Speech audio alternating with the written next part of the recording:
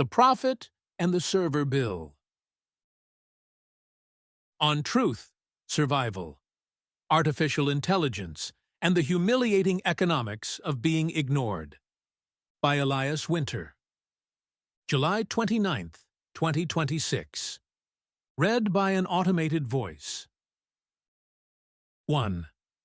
Two things. My father told me. My father once told me he wanted to leave me with two thoughts. The first was reassuring. Elias, he said, do not underestimate your assets and your skills. You may leave one job and still be employable by 1,000 other employers. Never doubt your strengths. You are talented. This was excellent advice. I received it immediately, preserved it carefully, and have replayed it during every professional crisis since. Then he gave me the second thought. You are not a prophet. You are not that special. Yes, you are talented, but you are one among many talented people.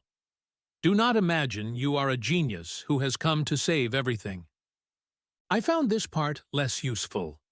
For years, I treated the two statements as unrelated. The first was my father's wisdom. The second was an unfortunate lapse in paternal judgment. But recently, I have begun to suspect that they were one thought. I do have strengths. I have survived institutions that tried to make me doubt them. I have seen patterns that others missed. I have sometimes recognized a lie before the room was prepared to name it. But seeing a lie does not make me incapable of telling myself one. My particular danger begins with injustice. When I think a situation is fair, I am generous. I defend the weak. I make room for uncertainty. But once I decide that someone powerful is behaving unfairly, my tenderness vanishes. I become prosecutorial. Their moral failure starts to feel like evidence of my intellectual perfection. The powerful may be wrong. They may even be dishonest. But neither fact automatically makes every part of my argument correct. This matters because I have spent much of the past year thinking about artificial intelligence, writing, capitalism, and truth. These subjects have begun to merge in my mind into one large animal, possibly a dragon. Though I concede that describing one's intellectual concerns as a dragon is already evidence that my father had a point. Beneath all of them sits a question I cannot escape. Why should anyone serve truth when survival usually pays better? 2. The lion has no epistemology. A lion does not care about truth. This is not because the lion has embraced postmodernism. It has not read Foucault. It does not believe that every deer constructs its own reality. The lion is hungry. It watches the herd. It identifies the weak animal. It waits for separation. Then it attacks. At no point does the lion ask whether its interpretation of the deer is epistemically sound. It does not publish a methodology. It does not disclose a conflict of interest. It does not consult the deer about whether being eaten aligns with its lived experience. The lion has perception, appetite, strategy, and force. That is enough. Evolution does not reward organisms for possessing beautiful theories of reality. It rewards organisms for surviving long enough to reproduce. Accurate perception helps, of course.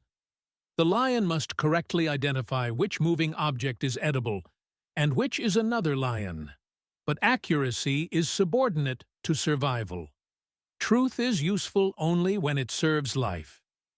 Human beings like to imagine we have escaped this arrangement. We have not. We have merely converted survival into money.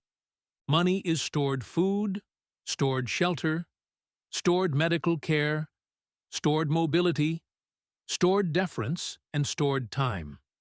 A person with money can survive mistakes that would destroy someone without it. He can purchase distance from danger. He can hire another person to absorb inconvenience.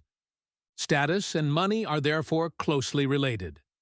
Status determines who is believed, who is protected, who receives opportunities, and who gets the larger share when resources become scarce. The jungle did not disappear. It acquired payroll software. Modern professionals are lions who have replaced teeth with calendar invitations. They isolate the vulnerable member of the herd through a performance review, place the kill inside a reorganization, and announce that the decision was difficult for everyone. By my private and completely unlicensed estimate, perhaps 99% of human beings are primarily occupied with survival. I do not mean that they are wicked. Most people are trying to keep a job, protect a family, maintain social standing, avoid humiliation, accumulate security, and preserve a future. My friends do this. My relatives do this. My mother does this. I do this more often than I admit. Very few people will sacrifice money, belonging, or safety merely to know what is true. And yet some do. Why? If truth-seeking is so badly rewarded, why has evolution not removed it? 3. Why the village keeps producing profits. The answer may be that human beings do not survive like solitary lions. We survive in groups. A group requires a shared reality. It needs to know where the water is. It needs to remember which path led to disaster. It needs some agreement about who belongs, what happened yesterday, what counts as a promise, and why the harvest failed. A village of 100 people cannot function through 100 completely private universes. Someone must help construct the common world. This may be why every community produces a minority of people who are unusually drawn toward truth. They are not necessarily kinder, wiser, or easier to invite to dinner. They simply experience contradiction as pressure. They cannot leave certain questions alone. The scientist tests the shared reality. The engineer makes it operational. The historian preserves it against convenient forgetting. The poet makes an invisible experience perceptible. The comedian notices the contradiction everyone else has agreed to ignore. The prophet tells the king that God is not impressed by the quarterly results. These people appear throughout my writing because I recognize them as members of the same extended family. Their methods differ, but their function is similar. They repair the common world. Of course, storytellers do not always serve truth. A king needs a historian, but he may prefer one who remembers selectively. A corporation needs analysts, but it may reward the analyst who discovers that the desired conclusion is statistically significant. A nation needs poets, but it may offer grants to those whose metaphors improve recruitment. A shared reality can be discovered, or it can be manufactured. Power has always employed storytellers. Still, truth has one advantage over lies. Reality itself provides some of the evidence. A lie must be maintained. Documents must disappear. Contradictions must be explained. Witnesses must be discredited. Language must be continually revised so that yesterday's falsehood remains compatible with today's necessity. Truth can be rediscovered by strangers. Two people may approach the same physical problem from different cultures and eventually converge on the same equation. Engineers who do not share a religion can still agree that a bridge has collapsed. Communities can disagree about the meaning of suffering while still recognizing that the body is bleeding. This does not mean human beings possess truth perfectly. It means reality constrains the number of frameworks that can survive prolonged contact with it. So the truth-seeking temperament persists because communities need people who test the stories by which they live. But here is the humiliating part. The community may need truth seekers. It does not need every truth seeker. 4. 1% is still a very crowded room.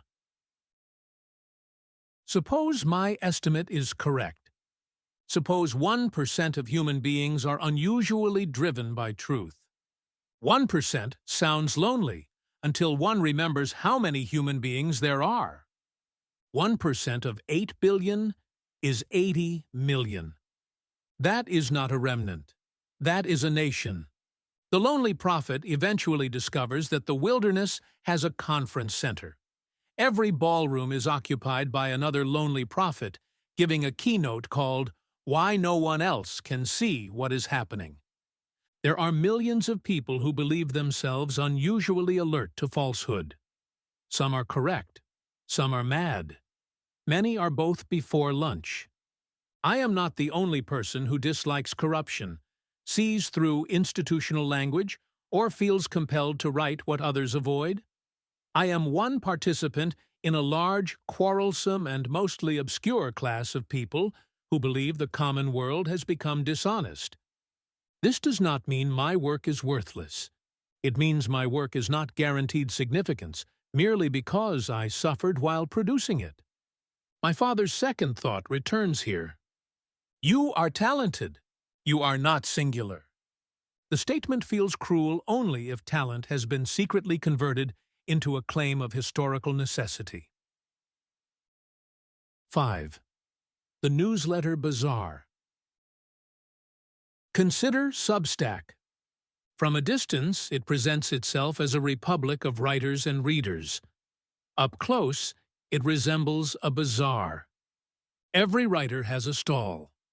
The stall has a sign, a photograph, a recurring product, a mailing list, and a small patch of public attention.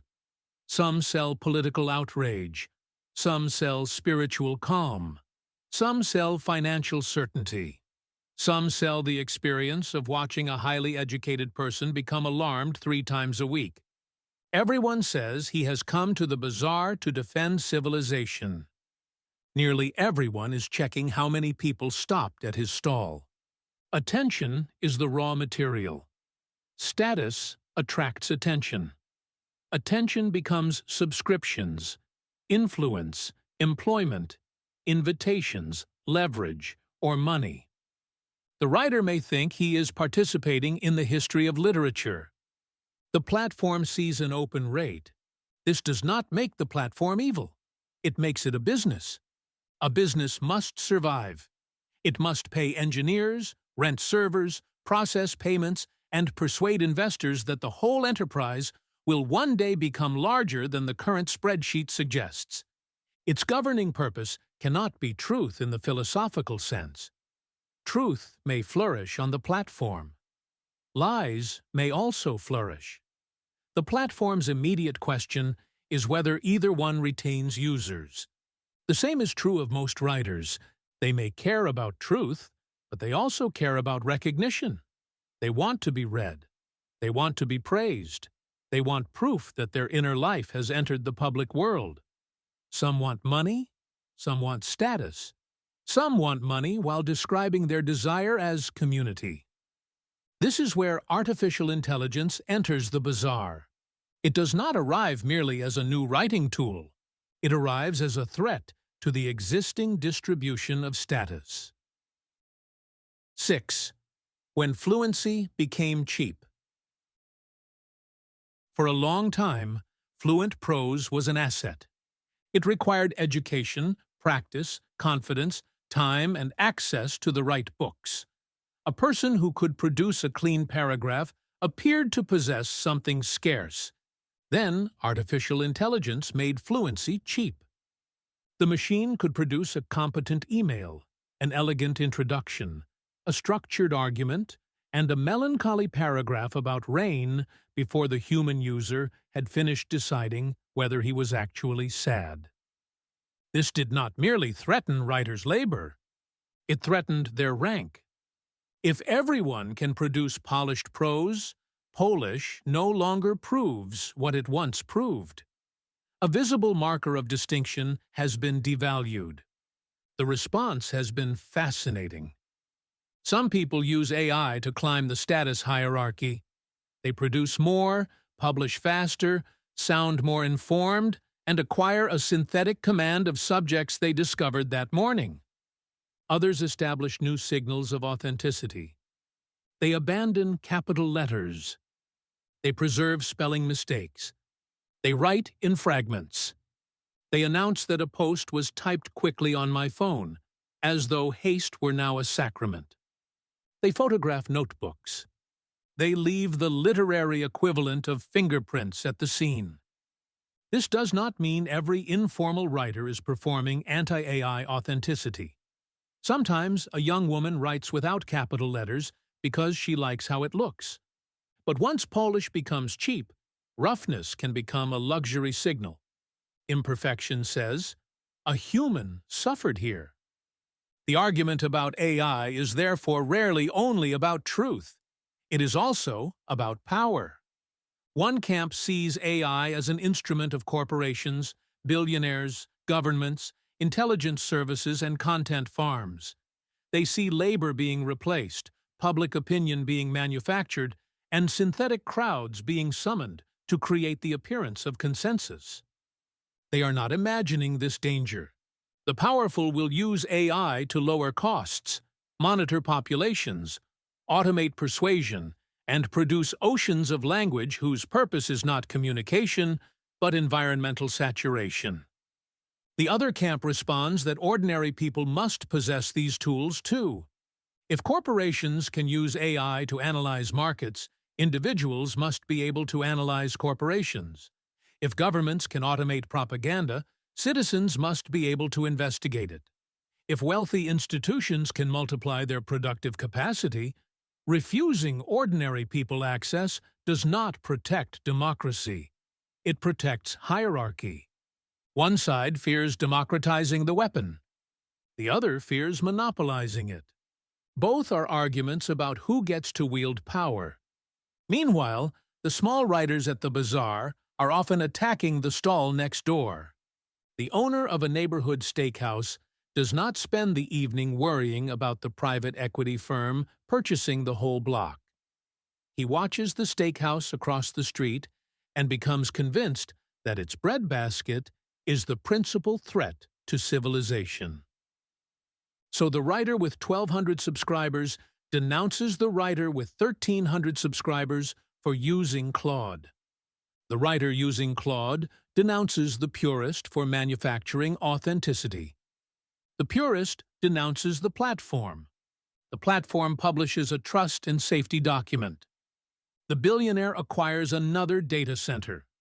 Much of the debate over AI writing is a status conflict conducted in the vocabulary of truth. The AI user may be seeking status through amplified production.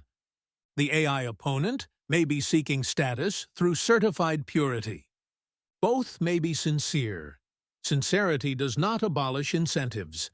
Sometimes the loudest declaration of principle is simply a market stall improving its sign. 7. The prophet's free hosting plan. At this point, I would normally complete the indictment. I would explain that platforms commodify attention, that capitalism corrupts language, and that writers who chase status eventually become content managers wearing the skin of authors. Then my father's second thought enters the room and asks who is paying for my website. I publish on Substack. Substack stores my essays. It sends the emails. It hosts the audio. It maintains the publishing tools. It connects the work to podcast platforms. Its engineers repair failures I never see. Its servers remember my sentences after I have gone to sleep. I do not pay Substack. I also do not bring Substack a great deal of money. I am not one of the large market stalls. I am the man near the edge of the bazaar giving away theological pamphlets and occasionally insulting the landlord. In strict economic terms, I am being subsidized. Commercial writers bring paying readers. Successful newsletters generate fees. Investors provide capital. Engineers build infrastructure. The market I condemn pays for the machine through which I condemn it. Capitalism pays the server bill for the man writing that capitalism has destroyed language. This is inconvenient. It does not mean my criticism is false. A person may criticize a road while walking on it. Dependence does not require worship, but dependence does require acknowledgement. I cannot present myself as morally untouched by the marketplace. My freedom from money is partly financed by people who are not free from money. Perhaps I am a parasite. Perhaps I am a guest. Perhaps I am a public good with very low engagement. Perhaps every successful platform can afford a certain number of unprofitable eccentrics because they improve the atmosphere, like ornamental plants in the lobby. Whatever the word, I use the infrastructure. If I truly believed that attention markets made truth impossible, consistency might require leaving them. I could write privately, gather a few people in a room and contribute to a shared reality small enough to recognize me. But I do not leave. I remain because I want the work to travel. I want readers. I want the truth to be heard. And somewhere inside that desire, status is waiting patiently for me to finish pretending it has nothing to do with the matter. 8. Most truth is born for oblivion. A community needs shared stories. It does not need very many. A nation may be organized around a handful of myths. A scientific field may remember a few names. A religious tradition may preserve several prophets and forget 10,000 people who also saw visions in the desert. The truth-seeking temperament may be socially necessary, while most people who possess it remain socially unnecessary. Most poets will not alter the language. Most scientists will not discover a new law. Most historians will not rescue a civilization from amnesia. Most prophets will speak to rooms that remain unconvinced. They will die with their notebooks, unfinished theories, unpublished manuscripts, and correct observations. Some will be forgotten because their work was weak. Some will be forgotten because their work was difficult. Some will be forgotten because a more powerful person said the same thing later. Some will be forgotten because history has limited storage and terrible taste. Civilization retains very little. History is not an archive. It is a shredder with occasional sentimental exceptions. This is the fate I have resisted. I have sometimes interpreted obscurity as evidence that the surrounding culture was too corrupt to recognize what I had made. Sometimes that may even be true. But obscurity is not proof of persecution. It is the normal condition of human expression. A work can be serious and disappear. A person can be right and remain unknown. A truth can arrive, touch 3 people, and leave no institutional trace. The community may benefit from the existence of truth seekers while discarding almost all of their names. That is not fair. Evolution has never promised fairness. The temperament survives. The individual is spent. Perhaps this is what the truth seeker must finally accept. Not death, which everyone accepts abstractly, but obliteration. No school, no legacy, no quotation in a future book. No evidence that the long nights of thought entered history. The work may vanish. The servers may shut down. The links may break. The common world may move on without issuing a final verdict. 9. My father's second thought. My father told me not to underestimate myself. He also told me I was not a prophet. I now understand that these were not opposing instructions. The first protects me from institutions that would reduce me to their latest decision. A job can reject me without defining my abilities. A manager can misunderstand me without becoming the final judge of my worth. A marketplace can ignore my work without proving that nothing was said. The second protects me from turning every rejection into evidence that I am a persecuted genius. I may be talented. I may see something true. I may also exaggerate, misjudge, simplify, become cruel, or mistake the intensity of my conviction for the completeness of my argument. The discipline is to hold both facts at once. Do not let the world convince you that you are nothing. Do not convince yourself that you are everything.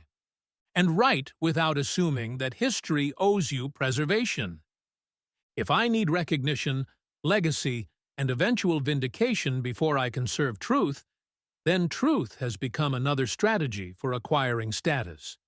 I have simply built a more dignified market stall. Perhaps the final test of truth-seeking is whether the work remains worth doing after the fantasy of winning has been removed. No great audience, no conversion into money. No guarantee that the village adopts the story. No assurance that future generations remember the name. Only the work. The world it tries to describe, and the few people who may encounter it before both writer and reader disappear. My father told me not to underestimate myself. He also told me I was not a prophet. I suspect he was telling me to write the truth, pay my debts, and not expect the servers to remember my name.